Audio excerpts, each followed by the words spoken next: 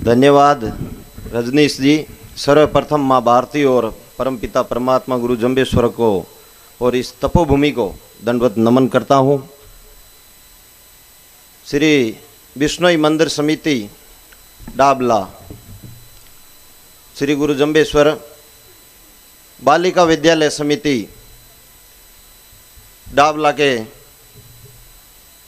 तत्वाधान में आयोजित बहुत ही सार्थक और समय की जो आवश्यकता है उसके अनुरूप इस प्रकार का भव्य कार्यक्रम शिक्षा को लेकर के जो आयोजित हो रहा है, उसके गरिमामयी मंच पर हम सबको सानिध्य दे रहे परम पूज्य स्वामी श्री सच्चिदानंद जी आचार्य महंत लालासर शास्त्री, आज के कार्यक्रम के हमारे दूसरे गुरुजी शिक्षा संत श्री प्रवीण जी भाटिया सर, कार्यक्रम के मुख्य अतिथि आदमपुर विधायक श्री भव्य जी बिश्नोई,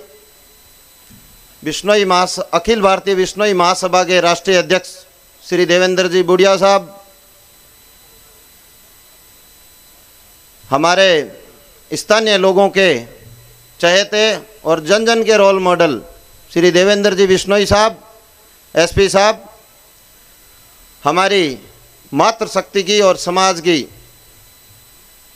सफलता की वर्तमान समय में जो मूर्ति या प्रेरणा की जो स्रोत बहन परी जी बिश्नोई, मंच पर शोभा बढ़ा रहे सोम प्रकाश जी सिगड़ साहब, हमारे अखिल भारतीय बिश्नोई महासभा के महासचिव रूपाराम जी कालीराणा साहब, अभी अभी मेरे से ठीक पहले बोल के गए, मैं कहूँगा विराट कोहली, आज के कार्यक्रम के हमारे डेनिस जी, इस आयोजन की कमेटी के अध्यक्ष साहब, सारे सम्मानित सदस्यगण, सामने विराजमान अभिभावकगण, अतिथिगण, पिता तुल्य बुजुर्गणों, मातृशक्ति, युवा साथियों, प्यारे बच्चों, बहनों और भाइयों, आप सबको सादर नमन प्रणाम। जब कार्यक्रम की शुरुआत में अशोक का कवि जैसा प्रखर और ओजस्वी वक्ता, ओपनिंग में वीरेंद्र सहवाग जैसा आदमी आ जाए, फिर बचता कुछ नहीं है। बहुत ही प्रखर और ओजस्वी शैली में जिस तरीके से उन्होंने बिश्नोई समाज के इतिहास, आज के कार्यक्रम की बुनियाद, इसके भागीदारों और आगे भविष्य में इस कार्यक्रम के माध्यम से हम किन लक्ष्यों की बात कर रहे हैं, क्यों आयोजित कर रहा है, उन सबको काव्यात्मक रूप से बहुत ही जोशीले अंदाज में जैसे पेश किया, सबके लिए प्रेरणादायी और रोमांचकारी है। सभी उनकी वाणी से बहुत प्रभावित हुए। और अभी मेरे से पहले जो मन संचालन करता कह रहे थे ना, ये किसी की कवि की है वो रचना इन्हीं की है। अभी लास्ट में मेरे आने से पहले जो 5 पंक्तियां बोली गई थी, उसके रचनाकार भी ये हमारा विद्वान साथी बहन परी जी ने बच्चों को अपनी जीवन यात्रा, अपनी पढ़ाई और बच्चों के द्वारा जो क्वेश्चन पूछे गए उनका जवाब और जो चीज़ें प्रस्तुत की, उसमें शिक्षा और कैरियर से संबंधित जुड़े हुए लगभग सभी पहलू शामिल हो गए मेरे हिसाब से। उसके बाद में विराट कोहली उतरे मैदान में, भाई का प्रथम पदार्पण है और बहुत अच्छा लग रहा है। परमपिता परमात्मा को धन्यवाद ज्ञापित करते हैं। और इन दोनों मेरे से पहले के तीनों वक्ताओं ने जो चीज़ें जिस हिसाब से बोली है, उससे हम सबको सीखना चाहिए कि इनका जो पालन पोषण हुआ है, जो मूल्य इन्होंने अपने माता पिताओं से, परिवार से, बुजुर्गों से सीखे हैं, उसका फल है ये सफलता इनकी। यह हम सब लोगों के लिए इस कार्यक्रम आयोजन का मकसद सिर्फ यही है कि आज जो आपने कार्यक्रम में मुख्य अतिथि है या कोई विशिष्ट अतिथि है, जिस रूप में भी इस मंच को संबोधित कर रहे हैं, वो हमसे भिन्न क्यों हैं और हम ऐसा क्या करें कि हमें भी ऐसी कोई ऊर्जा आ जाए। डेनिस जी का मेरे हिसाब से इनका चयन के बाद इतना बड़ा समाज का कार्यक्रम में ये पहला ही प्रोग्राम होगा, ऐसा मैं सोचता हूँ। सम्मान समारोह छोटे स्तर पे हुए होंगे। जिस प्रकार का पदार्पण इस युवा अधिकारी ने किया है बहुत सुकूनदायी और भारत के लिए, हम सबके लिए, पूरे मानव समाज के लिए बहुत ही गर्व के विषय है। जिस प्रकार के भाव इन्होंने अपनी वाणी में बताए, अपने विचार इन्होंने रखे, उसे पता चलता है कि आगे हमारी जो मानवता के लिए जो सिस्टम तंत्र में जहाँ भी ये रहेंगे बहुत डिफरेंस पैदा करेंगे। आज तो ये विराट कोहली की तरह आए, 200 के स्ट्राइक रेट पे पदार्पण में इसमें शतक ठोक दिया। मैं इनको इस अवसर पे मंच के माध्यम से शुभकामनाएं प्रेषित करते हैं और साथ ही जो चीज़ें इन्होंने हम लोगों के साथ शेयर की है मुझसे पूर्व वक्ताओं ने, दरअसल वो सब बातें ही सभी हम लोग जितने भी आपको उद्बोधित करेंगे उन्हीं बातों को अपने अपने तरीके से कहने वाले हैं। आज का दिन जैसा कि अशोक जी ने कहा था, जैसा कि परी मैडम ने कहा था, हम सब लोगों के लिए, भले ही वो वक्ता के रूप में आया है, श्रोता के रूप में आया है, या बाई चांस कोई पकड़ के ले आया है कि 2 मिनट जा रहा के भीड़ है, तो भी संकल्प का दिन होना चाहिए। कि संकल्प किस चीज़ का, कि आने वाला जो शेष बचा हुआ अपना समय है जीवन का, उसको हम अपने आज के जीवन से कैसे बेहतर कर सकते हैं, ऐसी कोई चीज़ पकड़ के जाएं, ऐसी चीज़ सुन के जाएं। ये कहानियाँ केवल मंच पे बैठे हुए लोगों की बढ़ाई के लिए नहीं बताई जाती, प्रशंसा के लिए नहीं बताई जा रही। इसका मकसद यह है कि एक सफलता जो मिलती है, उस सफलता के पीछे कितने सारे लोगों का योगदान होता है, किस प्रकार की सोच उस अभ्यर्थी में, उस उम्मीदवार में कंपटीशन की तैयारी करते वक्त रहती है। उसके अलावा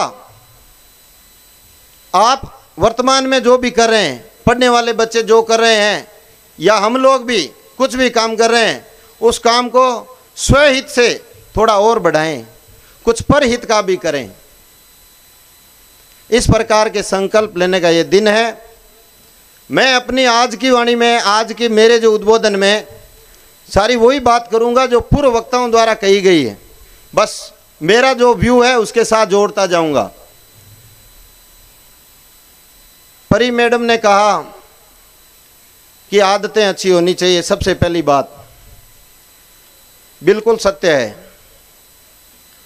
आदतों का समुच्चय ही सफलता है। बहुत बड़े विद्वान ने लिखा है, सफलता क्या, what is success, success is the group of good habits. आपको कुछ करने की जरूरत नहीं है, अपनी आदतें सही करो। वो ये केवल बच्चों के लिए नहीं है, हम सब पे लागू है। जिस जगह है आज आप, मैं इस सभा में जहां भी हैं, कोई श्रोता के रूप में, कोई वक्ता के रूप में, हर किसी से एक अपेक्षा या एक उसका धर्म होता है कि वो श्रोता के रूप में रहे तो थोड़ी शांति रखें, मतलब ध्यान दे के सुने, तो उसका श्रोता होना सार्थक है। वक्ता के लिए यह है कि जिस प्रयोजन के लिए आज कार्यक्रम रखा गया है उसी विषय वस्तु पे बोले तो सार्थक है। कहने का मतलब आदतें अपनी जो होती है, समय काल परिस्थिति में जो आवश्यकता है उसके अनुरूप ऐसा कोई भी काम जो दूसरे को डिस्टर्ब नहीं करे, दूसरे की स्वतंत्रता का हनन नहीं करे और आपको आपकी सारी क्षमताओं को एकाग्र करके काम करने के लिए जो मोटिवेट करे, वो श्रेष्ठ आदत है।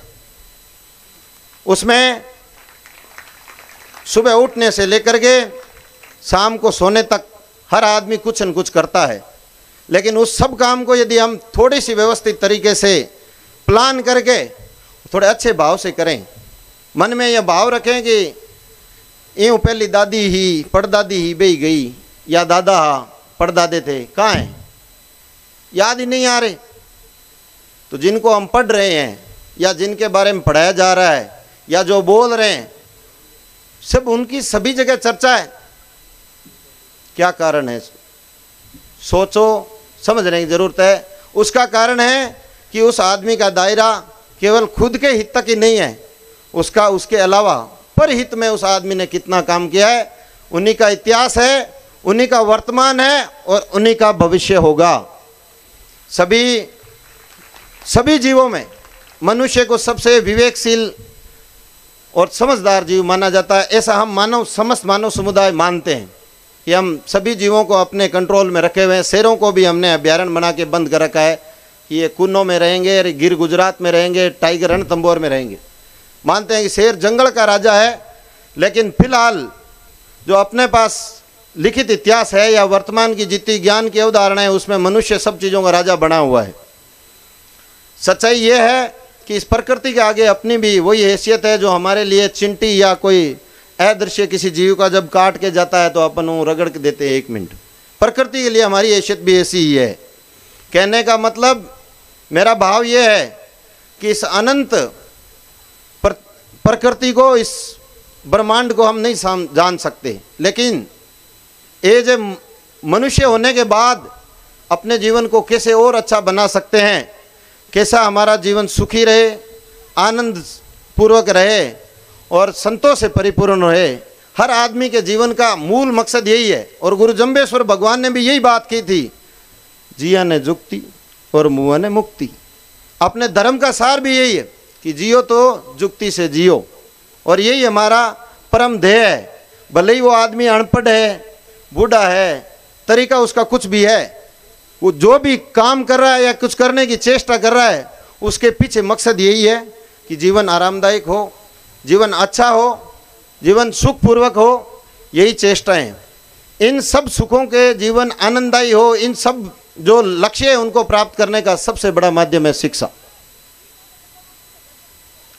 पढ़ाई वो स्रोत है, पढ़ाई वो तरीका है जिससे आप इस संसार की, प्रकृति की या भगवान निर्मित जो चीज़ें हैं उनके बारे में अब तक जो मनुष्य ने क्या हासिल किया है उसका ज्ञान करते हो, खुद के बारे में जानते हो, पर्यावरण वातावरण के बारे में जानते हैं, दिन इतने घंटे का क्यों होता है, सर्दियों में ही कोहरा क्यों आता है, मतलब कहने का मतलब प्राकृतिक वातावरण को जानते हैं, अस्तित्व को जानते हैं। और ये जो सब चीज़ें मैं यहाँ बोल रहा हूँ और इतनी तेज़ी के साथ ये संयंत्र सब विकसित हुए हैं, इन सब का आधार है शिक्षा, एजुकेशन। ये आपको व्यवस्थित करती है, आपके सोच को एक तरीका देती है, बहुत महत्वपूर्ण चीज़ है। आप बड़े बुजुर्गों से, बूढ़ी है हमारी दादी नानियाँ या बुआ ताई चाचियाँ बेटी है, नाना नाना फूफा जी दादा बेटे हैं, इनके कई बार अफसोस मैं सुनता हूँ।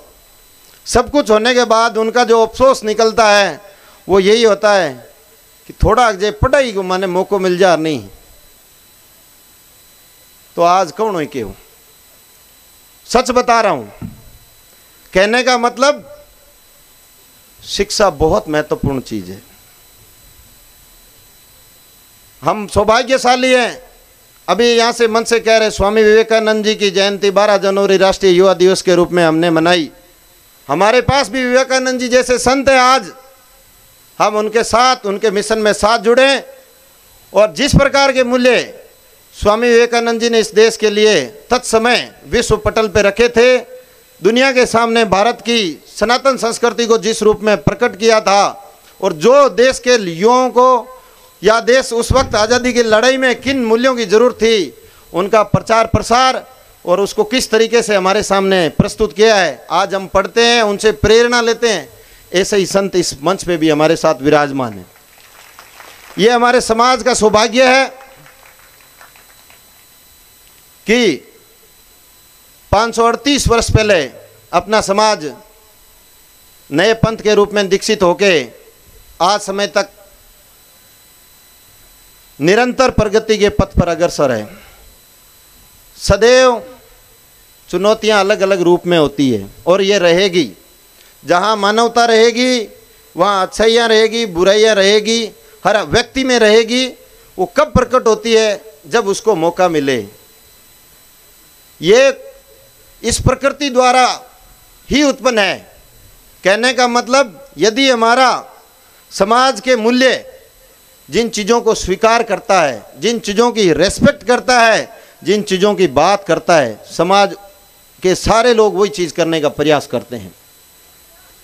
भाई अशोक ने अपनी वाणी में नशे के लिए कहा, नशे के साथ साथ नशा जीवन का नाश कर देता है, नशा नरक का द्वार है, नशा अंदर अक्ल बाहर, और शिक्षा जस्ट इसकी उल्टी है। अक्ल का, सोचने का, देखने का, सुनने का दायरा बढ़ाती है, हमारे विचारों की, हमारे दृष्टि की, हमारे सोचने की जो संकीर्णता है, जो विमाएँ हैं, उस विमा को खोलता है शिक्षा। पढ़ना लिखना आपको सकारात्मक बनाता है, व्यापक बनाता है। आज इंटरनेट का, सोशल मीडिया का युग है। अशोक जी ने अपनी वाणी में इसका भी जिक्र किया था कि इंटरनेट और सोशल मीडिया बहुत चुनौतीपूर्ण है, और किसी भी प्राणी के लिए, न केवल विद्यार्थियों के लिए, बल्कि 90 साल का आदमी भी जो 2 GB डाटा और 4G स्पीड लिए बैठा है, उसके लिए भी उतनी रिस्क है। उस समय के अपने जो उसके मर्यादा और मूल्य उसकी होनी चाहिए, जो अपेक्षित है एक समाज के रूप में मनुष्य के लिए, वो भी भटक सकता है। तो ये चीज़, इसको हम अपन से विरत नहीं कर सकते। इस चीज़ के लिए हमें तरीका अपनाना होगा, इसके साथ जीना होगा। क्या है वो तरीका? मेरे हिसाब से इसका सदुपयोग सिखाओ बच्चों को। आपका 2 साल का बच्चा रो रहा है, 1.5 साल का बच्चा, माँ यूट्यूब खोल, पैं पैं पैं पैं चाइनीज़ वाले कुछ चल रहे हैं, दूध पिला रही है, खाना खिला रही है, तो बच्चे का इंटरेस्ट उसमें होएगा। उसी यूट्यूब में यदि कोई माँ हिंदी की कोई कविता ढूंढ के, खरगोश और कछुए वाली, वो उसका भी वीडियो उसमें अवेलेबल है। बस इतना सा अपने को ध्यान रखना है कि अपने बच्चे को इसमें दिखाना क्या है। कंटेंट आप ढूंढ के दो जब बच्चा छोटा है। तो भक्त प्रहलाद को अपन ने पढ़ा है मैंने कि जब उसकी माँ की वो गर्भ में थे, तब उनकी माँ ने जो कथा सुनी थी, उसके असर से उन्होंने 33 करोड़, हमारी सनातन जो परंपरा उसमें मानते हैं कि 33 करोड़ों जीव का पुनरुद्धार उस परम आत्मा, मतलब मैं प्रहलाद जी के लिए कह रहा हूँ, यदि हो सकता है गर्भ में सुन के, तो हम भी इस चीज़ का ध्यान रखें कि सोशल मीडिया का जो यूज छोटे बच्चे से लेकर के बूढ़े तक घर में कर रहे हैं, इतना खुला होना चाहिए। उद्देश्यपूर्ण करो, आपको डरने की कहाँ जरूरत है।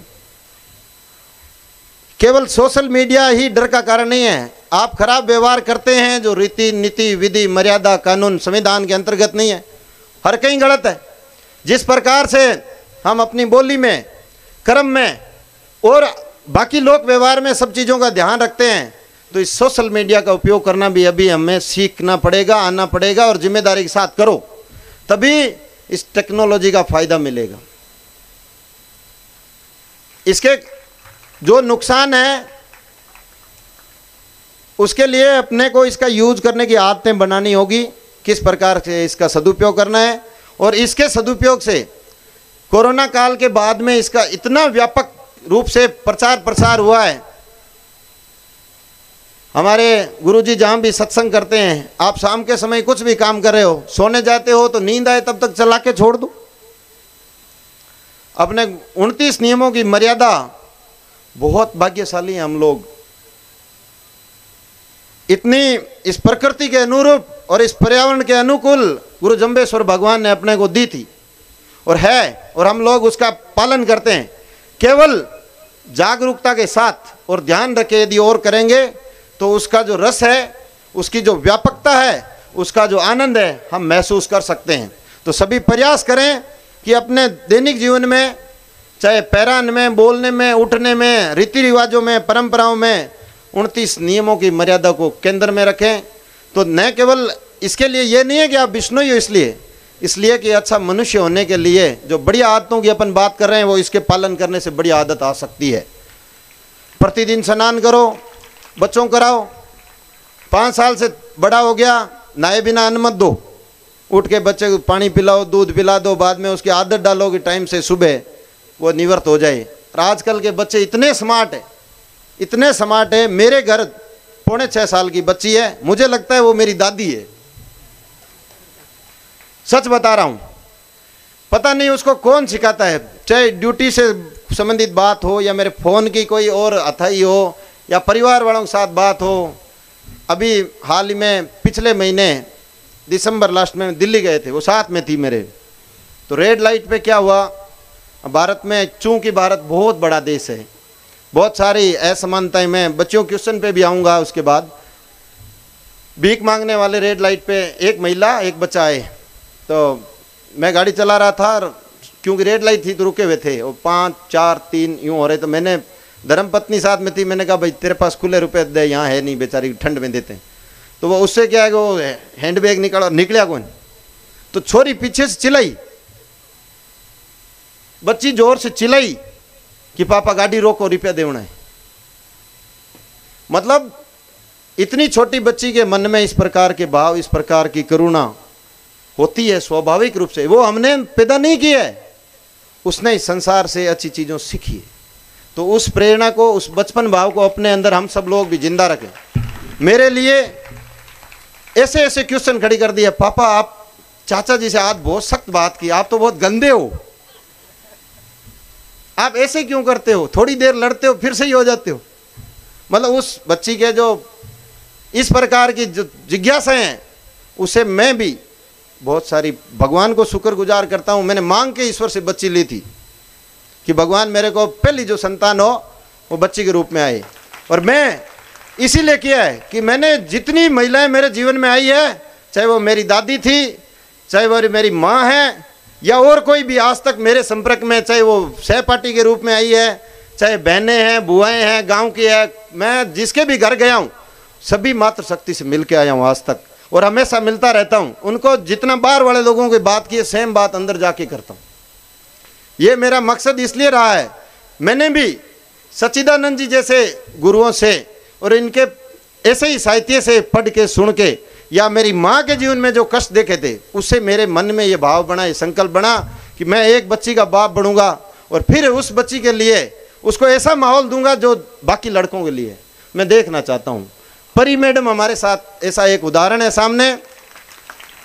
डेनिस जी ने जिस तरीके से चीज़ों को पेश किया, जो चीज़ इन्होंने दिखानी चाहिए, मूल बात ये थी, और बच्ची का क्वेश्चन भी था कि भेदभाव बहुत है, ऐसा क्यों।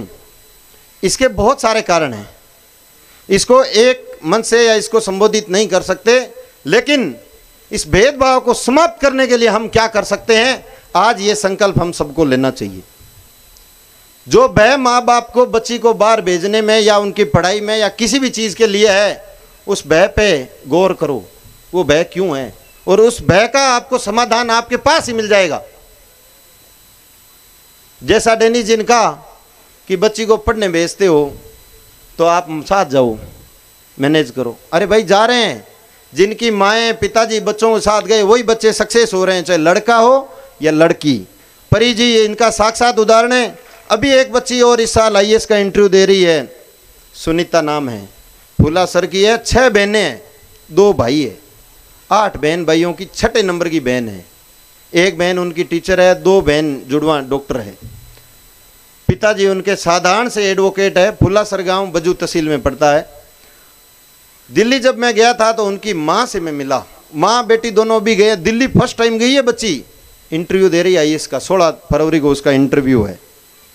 अब उसका आगे की मंजिल या आगे का उसका मुकाम क्या रहेगा, ये तो परमपिता परमात्मा को ही पता है।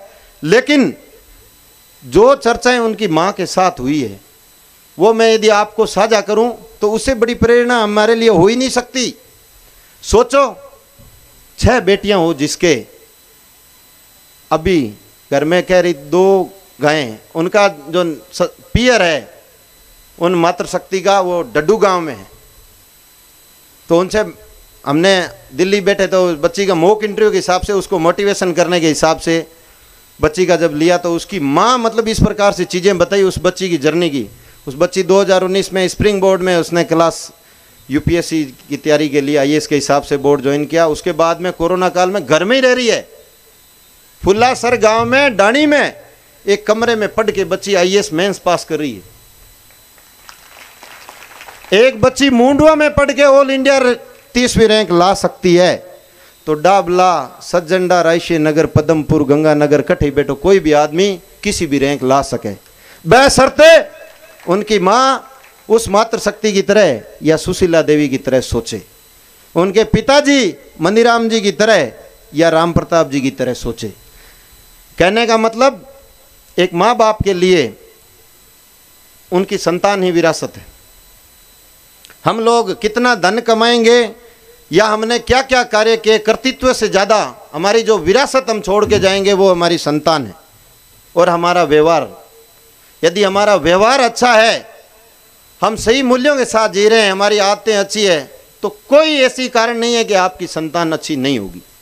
ये डेनिस जी की बातों से हमें अंदाजा आ गया कि इनके घर में इनके दादाजी से लेकर के इनके तक किस प्रकार के मूल्य हैं, किस प्रकार से ईश्वर की कृपा इन पे फर्स्ट चांस में 72वें रैंक के साथ इन्होंने क्रैक किया है।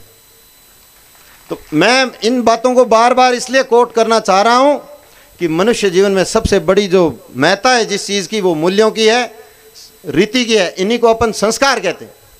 यही संस्कार है। संस्कार भाषणों से नहीं सिखाए जा सकते, संस्कार किताबें पढ़ा के नहीं आ सकते। संस्कार जिन्होंने जन्म दिया है, जो पाल पोस रहे हैं, वो अपने आचरण से उनके सामने उदाहरण पेश करें। संस्कार उनको जो शिक्षा दे रहे हैं वो अपने आचरण से प्रभावित करें। हम बहुत सौभाग्यशाली हैं कि आज संसार की किसी भी प्रकार की सूचना से हम सब जुड़े हुए हैं। भारत के प्रधानमंत्री को जो सूचनाएं अवेलेबल है वो भारत के आम नागरिक के पास है। क्यों? सोशल मीडिया के माध्यम से, इंटरनेट के माध्यम से। अमेरिका का राष्ट्रपति आज किस देश की यात्रा पे है, आपके पास यदि मोबाइल फ़ोन है और आप रुचि रखते हैं, जो जानकारी लेना चाहो संसार में, पृथ्वी की संरचना कैसी, ज्ञान का मतलब कोई सही आयाम या कोई क्षेत्र ऐसा नहीं है जिसकी पहुंच हर डाणी और घर तक नहीं है। तो इन अपने को जो करना है वो ये है कि इसका फायदा हम कैसे उठाएं। मैं जहां भी बोलता हूं, जब बोलने जाता हूं तब मेरे कहते हैं थोड़ा आप टाइम लेना, बोलना चालू हो जाता हूं तो फिर कहते हैं बेगा आजू।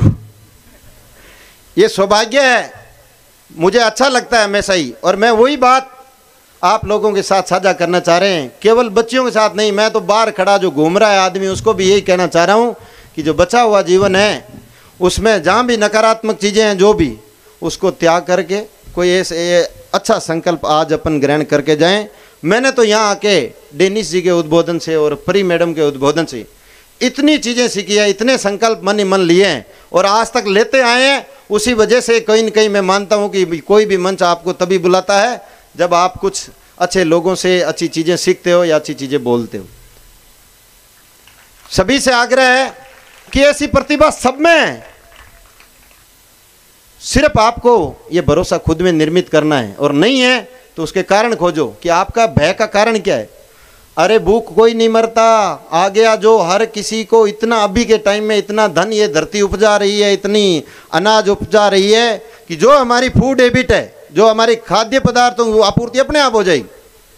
आप तो इसको, आप अपने को जो मूल काम करना है कि किस रीति नीति में, किस तरीके से, व्यवस्थित तरीके से अपने को अपना जीवन जीना है, ये आप अपने आचरण से दिखाओ। ज़्यादा कोशिश करने की मेरे हिसाब से आवश्यकता नहीं है। बाकी जितने भी वक्ता जो आगे बोलेंगे, आप में से बहुत सारे लोग इनसे परिचित हैं, इनके कर्तृत्व, इनके व्यक्तित्व इनसे भी परिचित हैं। इन सब को अपन सुनते हैं। आप सब लोगों का बहुत बहुत धन्यवाद, आभार, इतने मान सम्मान के लिए, इतने आदर भाव के लिए। मैं आप लोगों से आग्रह करना चाहूँगा कि पिछले 6 सालों में, वर्ष 2017 के बाद जब मेरा अंतिम सिलेक्शन हो गया, 17 अक्टूबर 17 धनतेरस के दिन रिजल्ट आया था 2016 की इस परीक्षा का, उसके बाद अब तक मैंने शिक्षा या भलाई के हिसाब से, परहित के हिसाब से काम में अपने आप को जोड़े रखने का कोशिश किया है कि मेरी जो ड्यूटी है परिवार के प्रति और शासन जिस रोल में मैं हूँ, उसके बाद अपना जीवन परोपकार में लगाने के लिए, तो कुछ ऐसे संगठन हैं जिनसे मैं जुड़ा हुआ हूँ, चाहे वो टीम आगाज है, डेजर्ट 80 है, समरातल फाउंडेशन है, आपने नाम सुना है। 31 मार्च तक हम समरातल फाउंडेशन के 3 सम्मेलन आपके एरिया में करने वाले हैं, और इस क्षेत्र के जो भी प्रतिष्ठित लोग हैं और जो आर्थिक रूप से सक्षम लोग हैं, उनसे हम कुछ न कुछ ले जाने वाले हैं और उनको जोड़ेंगे, कार्यकारिणी मेंबर जोड़ेंगे, फिर उसका केंद्र यहाँ बनाएंगे। एक सम्मेलन सूरतगढ़ में करेंगे फरवरी महीने में, एक हम गंगानगर में करेंगे, एक सम्मेलन हम हनुमानगढ़ या संगरिया दोनों में से एक जगह करेंगे, जिसमें इसी हिसाब का आयोजन होगा। और ऐसे लोगों को जोड़ना चाह रहे हैं जो आर्थिक रूप से सक्षम हैं और ऐसा भाव रखते हैं कि शिक्षा के लिए हम कुछ करना चाहते हैं। कल रात को समरातल फाउंडेशन की कार्यकारिणी समिति मीटिंग थी, उसमें कुछ प्रस्ताव हमने लिए हैं। उसमें ये चीज़ 1 साल से मतलब हमारे प्लान में थी, लेकिन चूंकि बहुत सारी कारण और होते हैं कि समय पे वो चीज़ें नहीं हो पाई। लेकिन अभी हमने तय किया है कि 31 मार्च से पहले इस क्षेत्र में हम 2-3 सम्मेलन करेंगे, जिसमें समाज के ऐसे लोगों को जो अपना योगदान देना चाहते हैं परहित में, उनके सामने, चूँकि उस संस्था ने 20 सितंबर 2017 से आज 2023 तक लगभग 70 बच्चों को डॉक्टर और इंजीनियर बनाया है। वो तो मैं वो बता रहा हूँ जिन्होंने सरकारी मेडिकल कॉलेज और IIT से किया है। अभी एक स्क्रीनिंग टेस्ट लिया है, पीछे 28 दिसंबर को था, तो उसमें उसका रिजल्ट और उन बच्चों को भी उनकी ज़रूरत के अनुसार भारत की जितनी अभी वर्तमान में चाहे विजन IAS है, चाहे दृष्टि है या और कोचिंग इंस्टीट्यूट, उनके साथ हम टाई अप कर रहे हैं। ऐसे बच्चों को जो प्रतिभावान हैं और पढ़ना चाह रहे हैं, लेकिन उनके पास धन का अभाव है या उनकी परिवार की ऐसी स्थिति नहीं है, उन बच्चों के लिए है ये। तो आप सब लोगों से ये भी आग्रह रहेगा कि जब आयोजन की तारीखें, तिथि, यहाँ के जितने मौजूद लोग हमारे संपर्क में हैं, हम उनको ये जिम्मेदारी देंगे, जोड़ेंगे, उनके तत्वाधान में ही इस प्रकार के कार्यक्रम करेंगे। तो आप लोग बढ़ चढ़ कर इसमें भी अपना योगदान करें, जो आर्थिक रूप से सक्षम है और जो इस प्रकार का भाव रखते हैं। बहुत बहुत धन्यवाद। जय हिंद, जय भारत।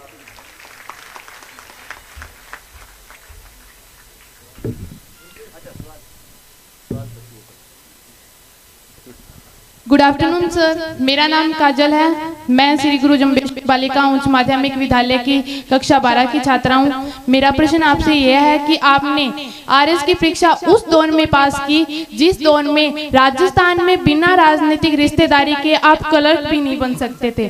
अब आपको उस परीक्षा पाठ्यक्रम का मिला या नहीं, यह जरूरी नहीं है। जरूरी यह है कि आपको उस नागौर से जालोर जाने वाली बस का टिकट मिला या नहीं। अब मेरा सवाल आपसे ये है कि सच में जो मेहनत करता है उस छात्र के साथ धोखा हो रहा है कि सब्र का फल मीठा होता है, पर उनके सब्र का फल मीठा तो पहले ही बिक चुका होता है।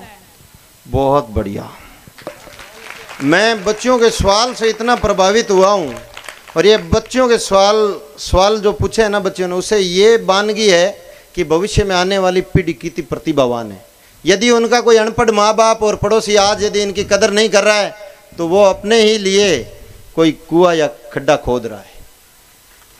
आप सब लोग सुन रहे हैं हमारी बच्चियों क्वेश्चन, 5वीं विद्यार्थी है जिसके क्वेश्चन का लेवल देखो। बहन काजल, सबसे पहले मैं ये चीज़ कहना चाहता हूँ, मैंने कही भी कि देखो, जब से मानवता आई है तब से अच्छाई और बुराई हमेशा रहेगी।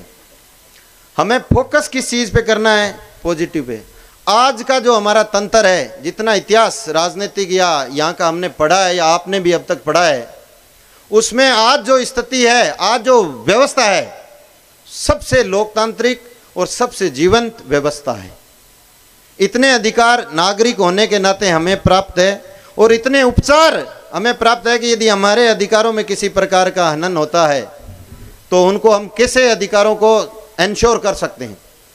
आप ठीक कह रही है कि RS की भर्ती के लिए लंबा समय लगता है। आपके क्वेश्चन जो था बहुआयामी क्वेश्चन है। एक पहला ये था कि इतना लंबा समय लगता है, आप सक्सेस हो गए, लेकिन उनका क्या होगा? आप मूल चीज़ ये कहना चाह रहे हैं कि जो अनुचित साधनों के साथ पेपर चोरी हो रहे हैं या येन कैन प्रकार से जो लोग इस सिस्टम को हैक करके परीक्षा पद्धति को जो बाधित कर रहे हैं, उससे देखो फर्क पड़ता है, लेकिन वो समाज का ही हिस्सा है। हमें उन लोगों की आलोचना करनी चाहिए, कर भी रहे हैं, सख्त कानून भी बने उत्तरोत्तर, लेकिन आप यदि जैसा भाव रखते हैं, यदि सकारात्मक सोच के साथ बने रहते हैं, तो आपको आपकी मंजिल ये प्रकृति देती है। बशर्ते आपको खुद पे भरोसा होना चाहिए। देखो, जो भी एग्ज़ाम दे रहे हैं या जिस भी संस्था में जिस भी गुरुजी से पढ़ रहे हैं, उनके प्रति आपकी निष्ठा है तो ही आप ज्ञान प्राप्त करेंगे। भगवान श्री कृष्ण ने गीता में अर्जुन जी कहा है, श्रद्धावान लभते ज्ञाने। मतलब पहली चीज यही है कि जो परीक्षा दे रहे हैं, जहां पढ़ रहे हो उस स्कूल में, उसके लिए आप में समर्पण का भाव, खुशी का भाव, अच्छा भाव होगा जिस गार्जियन का या बच्चे का, तभी उसका बच्चा सीख के आएगा। आपने एक चीज ये भी कही कि राजनेताओं के ही बच्चे बनते थे, ऐसी बात नहीं है। देवेंद्र जी बिश्नोई मेरे हिसाब से जब ये आरएस बने तो किसी राजनेता के बच्चे नहीं थे। प्रेम सुख जी या इससे पहले जितने भी बने हैं, ऐसी बात नहीं है। हाँ, कुछ खराबियां हैं, प्रभावित होता है धन बल से, सत्ता बल से चीजें, लेकिन इसका मतलब ये नहीं है कि जो प्रतिभावान है, मेहनती है, वो चीर के आता है। उसके लिए खूब अवसर है। मैंने आरएस बनने के लिए 4 बार परीक्षा दी थी। वर्ष 2012 की परीक्षा का इंटरव्यू देने में मैं जब जा रहा था, तो कोई भला आदमी, बिश्नोई समाज का बहुत प्रतिष्ठित आदमी है बीकानेर का, उस आदमी ने, हालांकि मुझे ऐसी बातें मन से नहीं कहनी चाहिए, पर बच्ची का क्वेश्चन आया तो मैं उदाहरण से बताना चाहता हूं। और बहुत सारे ऐसे लोग थे जो तत्समय इंटरव्यू दे रहे थे। तो किसी ने कहा था कि देखो, इंटरव्यू के लिए यदि आपको हो तो आपको, उस समय 160 नंबर के थे, 120 प्लस नंबर आ जाएंगे, आपको एक अमाउंट बताई भी 16 लाख रुपए व्यवस्था करनी होगी। अभी तो मैं कर दूंगा, 2 साल में आप कर देना। इस बात को भाई रिकॉर्ड में नहीं रखें। मेरा कहना कि बाबा, मैंने उनको क्या कहा, देखो वो आदमी अभी भी है, मेरे को मिलते हैं, मैंने उनको कहा देने के लिए मेरे पिताजी के पास 16 पैसे नहीं है, और मेरा वेतन आ रहा है अभी 26,000 आ रहा था उस दिन। मेरे को 4 चांस लग जाए 5, मैं चीर के आऊंगा और आरएस बनूंगा। उनको कहा था मैंने, और परम पिता परमात्मा की कृपा रही, माँ बाप का आशीर्वाद रहा, उनके कर्मों का सुफल रहा कि आखिरकार जो मैं सोच रहा था कि जिसके लिए ट्राई कर रहा था वो मुझे मिला। अपन को फोकस नकारात्मक चीजों पे नहीं करना है, नकारात्मक चीजों की आलोचना करनी है सही जगह पे, सही प्लेटफॉर्म पे। नकारात्मक चीजें घर में हो सकती है, हम में भी होती है। कोई आदमी बचा हुआ नहीं है तो उसकी सही जगह आलोचना करनी है, उसकी प्रशंसा नहीं करनी। भाई अशोक ने कहा था कि वर्तमान समय में जो नशेड़ी है या बदमाश है, राइफल लेके, रिवॉल्वर लेके फोटो खिंचा रहे हैं, यदि उसमें एक भी लाइक बढ़ आ रहा है तो ये हमारे परिवार की असफलता मानता हूं मैं। आपने अपने बच्चों को संस्कार नहीं दिए, आप अपने बच्चों के लिए वंदनीय नहीं है, तो आपका होना मेरे हिसाब से क्वेश्चन चिन्ह खड़ा करता है कि कम से कम खुद के बच्चों के तो ऐसे हो, खुद के बच्चे पे आपका भरोसा होना चाहिए और बच्चे का आप पर होना चाहिए कि वो इस प्रकार की चीजें अपनाने से पहले सोचे, आपको चीज शेयर कर सके। माहौल ऐसा बनाओ कि बच्चे में भाव आएंगे, आप में, हम में आए। आज आप उम्र के जिस भी पड़ाव में, आपको पता है कि उम्र के साथ किस प्रकार के बदलाव विचारों में, शरीर में, भावों में आए। चुनौतियां हमने व्यवस्थित की, मैनेज किया, संयम रखे, मर्यादाएं रही, समय के साथ व्यवस्थित किया। तो बच्चों को भी अपील करने को यही तैयारी, अपना रोल यही है कि बच्चों को इसी चीज में उनको पारंगत करना है कि बेटा ये चीज है, इसकी आपके लिए अब अहमियत नहीं है, इसका भी टाइम आएगा। ये आदमी, ये काम आपके लिए ठीक नहीं है, यदि ये करोगे तो इसका परिणति ये होती है। गलत करने वाला, हिंसा का मार्ग अपनाने वाला आज तक कोई अमर है क्या? जिसने भी बंदूक हाथ में ली उसको बंदूक से मरना पड़ा है। अभी भी जिनके घर लाइसेंस है, रिस्क है उनके, मैं सही कह रहा हूं, सही कह रहा हूं, जिसने बंदूक या तलवार हाथ में लिया उसको उसी औजार से मरना पड़ा है। एक महात्मा गांधी ऐसा था जिसने बंदूक हाथ में नहीं ली, लेकिन उसने ऐसी मिसाल मानवता के लिए छोड़ी है। भगवान जीते हुए हैं, अवतार हुए हैं, या जितने रूप में, जो भी धर्म में, सब में पूजे हैं, उनका मेरे को पता नहीं, लेकिन महात्मा गांधी जैसा हार्ड मास का पुतला आइंस्टीन ने कहा था कि आने वाली पीढ़ियां भरोसा नहीं करेगी, इस प्रकार का आदमी भी इस धरती पे रहा है। सत्य है। जो पढ़ने वाला या बोधि का आदमी है, कभी महात्मा गांधी की जीवनी पढ़ो, विवेकानंद जी को पढ़ो, और इस प्रकार की जो नकारात्मक धारणाएं किसी एक वर्ग का, जाति का, इस चश्मे से, मैं तो कह रहा हूँ गांव में, विकास में, पढ़ाई में, मेलजोल में, रिश्तों में छोड़ो। गुरु जम्बेश्वर भगवान ने तो सबसे पहले इसी चीज का जो अंत करने के लिए इस पंथ की स्थापना की थी। Thank you. धन्यवाद सर। बहुत बहुत धन्यवाद श्री श्याम सुंदर जी बिश्नोई, एसडीएम जैतारण पाली। इसके पश्चात वो व्यक्तित्व सर एक क्वेश्चन।